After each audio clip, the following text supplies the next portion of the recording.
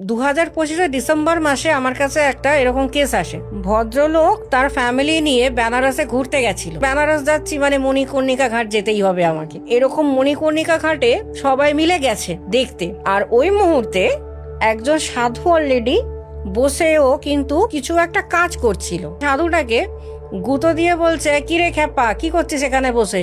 সে তাকিয়ে বলছে যে আমি আমার কাজ করছি। তখন বলছে, তুই তান্ত্রিক বটে? জল খেয়ে সেই সাধুর গায়ে ছুঁড়ে মেরেছে এই মেয়েটির হাজবেন্ড। বলছে, যত সব ঢপের কীর্তন কুসংস্কার ছড়াচ্ছে, বুজরুকি মারতে বসেছিস বলে জল নিয়ে ওর গায়ের মধ্যে ছিটিয়ে দিয়েছে। ওই সাধুটা কিন্তু বসে ওখানে কিন্তু চালানের কাজ করছিল। আর ও কি করেছে, সাধুটা যাকে চালান দিচ্ছিল তার কাছে না করে যে জল ছিটিয়েছে তার ওয়াইফের গায়ে চালান করে দিয়েছে ওখানে বসে। পরের দিনকে বেনারস থেকে যখন ওনার বাড়িতে চলে এসছে, তখনও কিন্তু ও বুঝতে পারেনি যে তার ওয়াইফের মধ্যে অলরেডি চালান করা হয়ে গেছে। এইটা শুরু হলো যখন নাকি অমাবস্যা দিন আসলো আস্তে আস্তে। চতুর্দশী থেকে হঠাৎ করে ওনার যে ওয়াইফ, ওনার অ্যাক্টিভিটিস গুলো না মানে পাল্টাতে শুরু করলো। যেই মানুষ কোনোদিনও মাছ মাংস খেত না, খেয়ে বলছে তুমি আজকে আসার সময় আমার জন্য একটু মাংস নিয়ে আসবে। আসবার সময় তো অল্প করে মাংস নিয়ে এনেছে।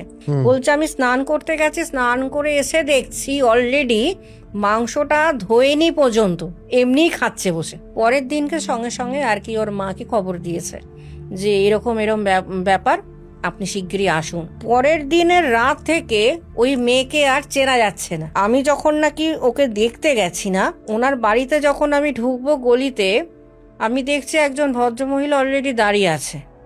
সেই মহিলা আমাকে বলছে, এই তো সামনের বাড়িটা। আমি যখন রুমে ঢুকেছি, কি বলবো, হাজবেন্ড যখন দরজাটা খুলে ওনার রুমে নিয়ে গেছে, আমি তো দেখছি উনি বাঁধা। তখন আমি ওনার হাজবেন্ডকে বললাম যে উনি বাঁধা প্রথম থেকেই? বলছে, আরে উনি তো অনেকদিন ধরেই বাঁধা। আমি যখন বললাম যে হাত পা গুলো খুলে দিন ওনার, আমি কথা বলবো, উনি ওনাকে খুলে দেয়। ওই রকম হাত দুটোকে নিচে করে পাটাকে ওপরেই করে দাঁড়ায়, ওটাই ওর দাঁড়ানো স্টাইল।